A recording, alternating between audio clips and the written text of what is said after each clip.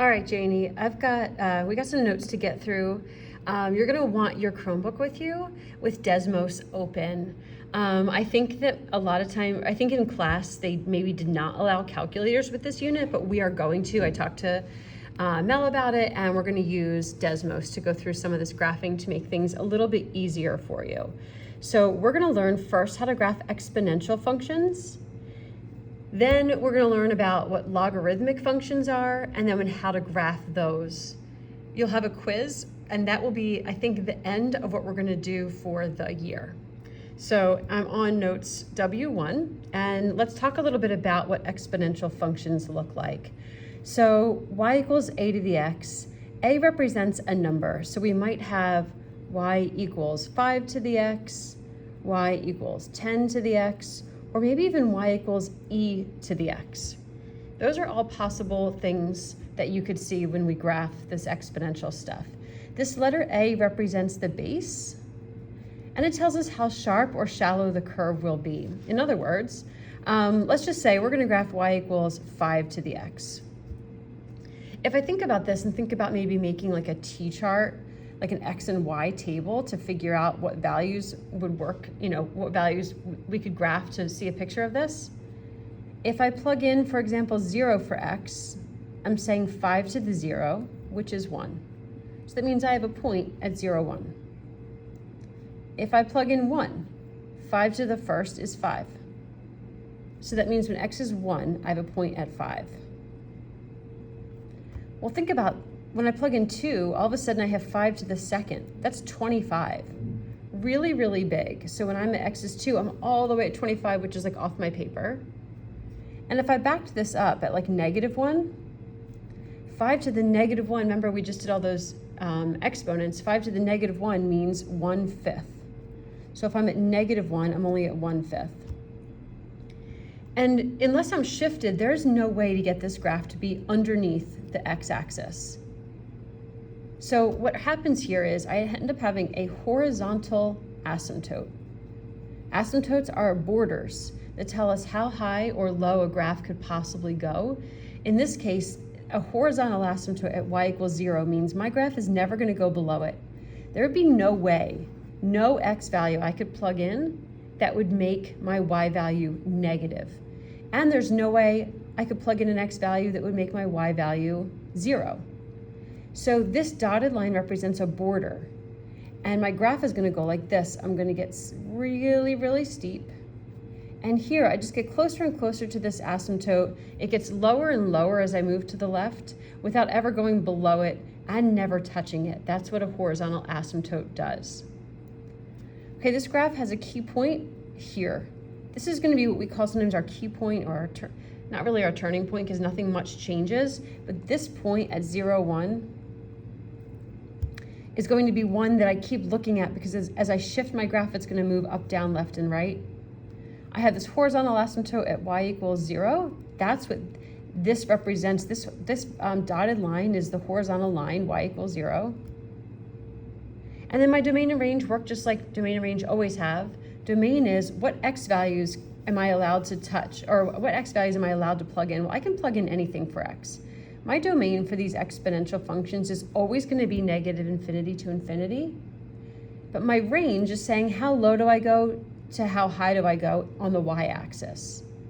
Well, the lowest I can go is getting really, really close to 0, but not quite 0. So hold on one sec. I'm recording a lesson. Sorry, I just It's want okay. to talk to you about my grade. Okay, we'll have to do it another time. Okay. All right, I'm sorry. anything about No, it? it's okay. So the lowest this can go is 0, but it can't ever touch 0. So what I do is instead of putting the brackets like we've done before, I put a parenthesis, and that represents that my graph is going to go down to the x-axis but not touch it. It's going to go almost to 0 but not touch it. That's what the parenthesis means. And then it's going to go up to infinity, so all the way up as high as it can possibly go. So that is how I'm going to graph an exponential function. Now, we're allowed to use Desmos as well. So you're going to basically be using a combination of the two. So we're going to go into Desmos, click on Math Tools, down to Graphing Calculator. And we're going to put into here, I don't know if you've used this before or not, but y equals, and we're gonna put, like I just put 5 to the x, I push 5. Then I push shift and 6. Okay, shift and 6 gives me this little caret. Shift 6 gives me, my cursor pops up to where an exponent would be. I put an X in that spot and look at my graph. Okay, one thing about these graphs though is it won't give you your asymptote. My asymptote is like an imaginary boundary that I draw in so the reader of my graph knows it's there, but I don't actually see it on the regular graph. If I wanted to see, what I would do is go to a second entry and put in y equals 0. And that can confirm to you that this, my red graph gets closer and closer to this blue. And look, if I zoom in, see how like it gets closer and closer and closer, but it's never gonna touch no matter how, let me see if I can get back to normal. But no matter how close I go, that red graph is never gonna touch that blue one. Hold on, I gotta fix this with 2 hands. Eek. Oops, sorry. Okay, so anyway, that just gives us that visual confirmation of what the graph looks like. Okay, now we have just a second example, which is what happens when this is a fraction. When this base is a fraction, okay? A still represents the base, and it still shows how sharp or steep or shallow the curve will be.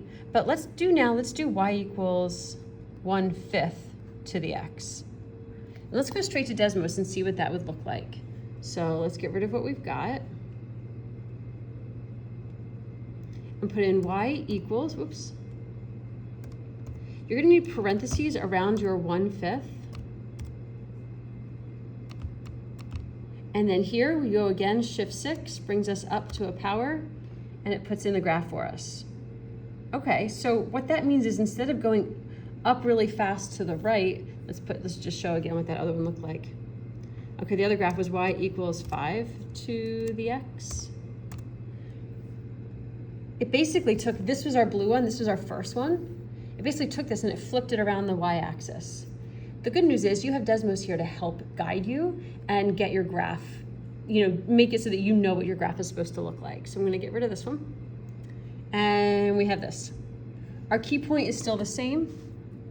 Okay, our key point is still gonna be here at 0, 1. Our horizontal asymptote is still at y equals 0. But now we just look a little different. Now we come down like this. Okay, the first one was called exponential growth because as we went along, we got big really fast. This is called exponential decay because as we went along, we got small. We still have a horizontal asymptote down here at y equals 0. Our domain is negative infinity to infinity still, but now our range is still the same. Our lowest y is 0 and our highest y is infinity. Okay, so there's the basics. Now, things get a little crazy as we shift and we move. So keep in mind, no matter what we're graphing, shifts are always the same. So a couple things. First of all, when our base changes, not a whole lot's gonna change. So I want you to go through right now, and I want you to do example 1 and example 2, and I want you to come back and check them. All right, I'm gonna do them right now, so there'll be a minute of quiet. Do them both and come back and check them.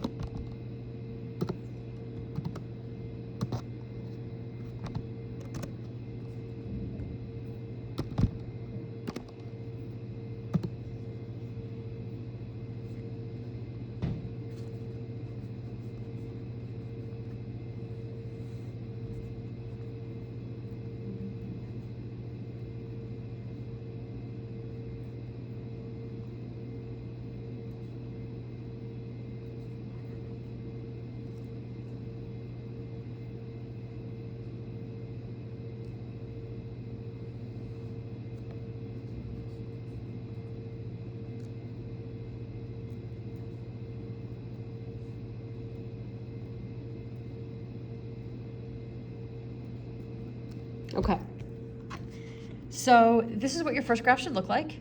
Notice it looked exactly the same as y equals 5 to the x. That 3 doesn't really change much. Let me show you on Desmos. if I was gonna graph, this is y equals 3 to the x. Let me put in y equals 5 to the x. Not much changed, it's just a little bit steeper. Okay, so you don't really have to worry too much about that base number. It just makes it, the bigger this number, the slightly steeper the graph is. So when I go to answer these questions, I've got my key point is still here at 0, 1. My horizontal asymptote is still at y equals 0. But now it also wants another point. Well, guess what? We have Desmos as our friend. So I'm gonna go over here and click into this box and click on the little settings thing. And some options pop up. I wanna see a table of points. I'm gonna click on create table and check it out. A list of points is gonna come up for the graph that I have chosen. If I wanted to be, this graph, see how I clicked on this circle? I turned off that graph for now because I'm gonna come up to that in a second. Right now I only have on this one. And this gives me a table of points. So when my teacher asks me for another point, all I gotta do is go to this graph and I'm given some other ones. I don't wanna pick the decimals, I wanna pick the whole numbers. So another point would be 1, 3.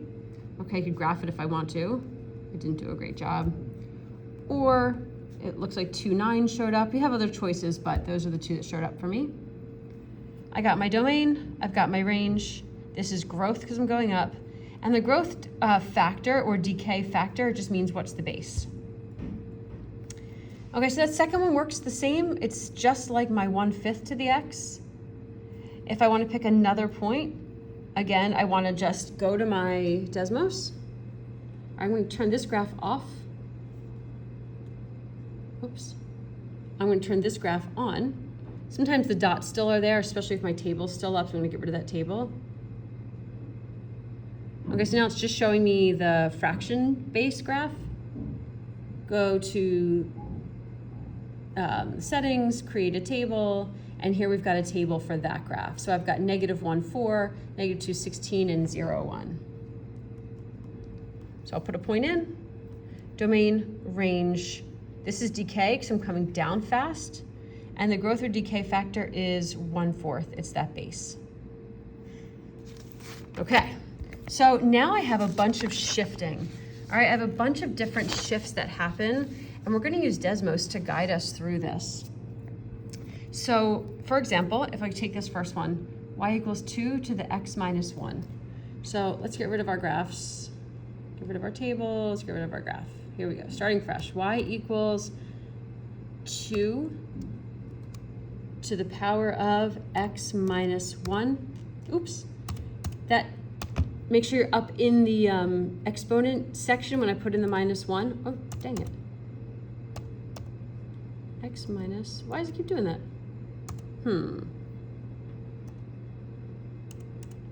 Well, you know what, let's do then, let's put parentheses up there. There we go, keep it up there. There's our graph. So basically what happens is when stuff is added or subtracted to x, this shifts us left and right. When stuff is added or subtracted outside, it shifts us up and down, just like it did in the previous stuff. So keep that in mind as we go through, but also use Desmos as your guide, okay? So we're gonna graph it, and we're also gonna bring up a table of points so we can see and get this right. So I've got a bunch of points now. I've got a bunch of points listed here. I can go graph this. So I know I've got my key point at 1, 1. I've got another point at 2, 2. My asymptote is still, so if you're not sure about where your asymptote is, notice I didn't move up or down at all. I just moved left and right. So my asymptote won't change. If you're unsure, put in y equals 0. And you get that graph to show you, oh yeah, look, that horizontal line is right where that graph is coming down to. So my asymptote is y equals 0. And let's go graph this. So we've got 1, 1, 2, 2, asymptote, going up like that. All right, so domain is -infinity to infinity. Range is 0 to infinity. This is growth, and the growth factor is 2. Okay, so some other funky stuff is gonna happen. Number 4, let's go get rid of everything in Desmos, and let's go put this in.